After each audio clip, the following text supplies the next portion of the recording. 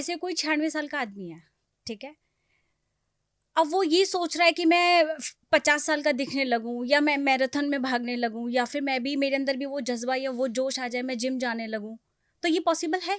पता नहीं पॉसिबल आपके लिए है नहीं है, लेकिन 90 साल की उम्र में फौजा सिंह की जब बेटे की भी डेथ हो गई और वाइफ की डेथ हो गई और वो डिप्रेशन में चले गए, तो 90 साल के बाद में उन्होंने दौड़ना शुरू किया। 110 साल की उम्र में उसने मैराथन जीता और वो इंडियन ही है। ठीक है ना? फौजा सिंह का नाम कभी डाल दीजिएगा। लेकिन ये आपको ये भी समझना होगा कि आपके गोल में और आपकी सनक में फ़र्क भी पता होना चाहिए। अच्छा। अगर मैं ये कहूँ कि 90 साल के आदमी को 50 साल का बनना है, वो बने या ना बने, लेकिन एक 50 साल के आदमी के जो ड्रीम हो सकते हैं, वो उन ड्रीम्स को उस उम्र में भी पूरा कर सकता है।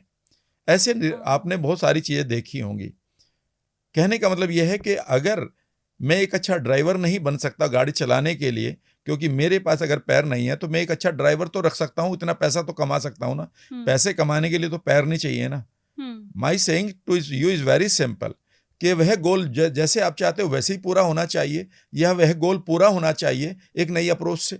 इसीलिए याद रखिएगा, जीवन में अप्रोच को बदलने की आपके पास फ्लेक्सिबिलिटी होनी चाहिए, जिसे हम सेंसरी एक्विटी कहते हैं।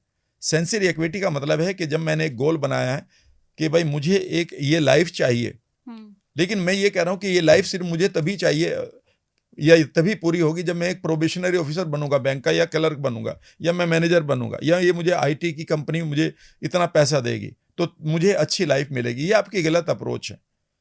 यह लाइफ आपकी और तरीके से भी हो सकती है।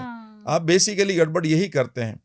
मुझे अभी एक कॉल आई पटना से, उन्होंने कहा कि सर मैं 5-6 सालों से लॉ ऑफ अट्रैक्शन के लिए सेल्फ सेशन कर रही थी और मुझे पूरा यकीन था कि मैं ही असिस्टेंट प्रोफेसर की जो एग्ज़ाम होता है वो मैंने पास कर लिया था और मैं सबसे ज़्यादा काबिल इंसान थी, लेकिन मुझे ही वहाँ पर रिजेक्ट किया गया है और मेरा दिल टूट गया है और मैं आपको सुनती रहती हूँ और मैंने कहीं से आपका नंबर लिया है और मैं आपसे बात कर रही हूँ।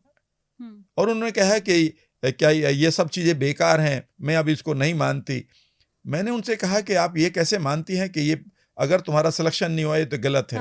तो उन्होंने कहा कि ये मेरा ड्रीम था कि मैं ये बनूं। मैंने कहा ये बनने के बाद आपके रिवार्ड क्या होते?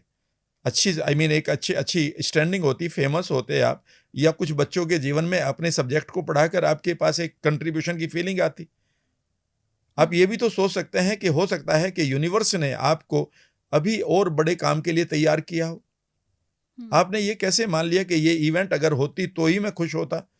ये भी तो हो सकता है कि आप एक बड़ी बड़े खतरे से बच गए हैं, या आपको यूनिवर्स ने बड़े खतरे से बचा लिया है।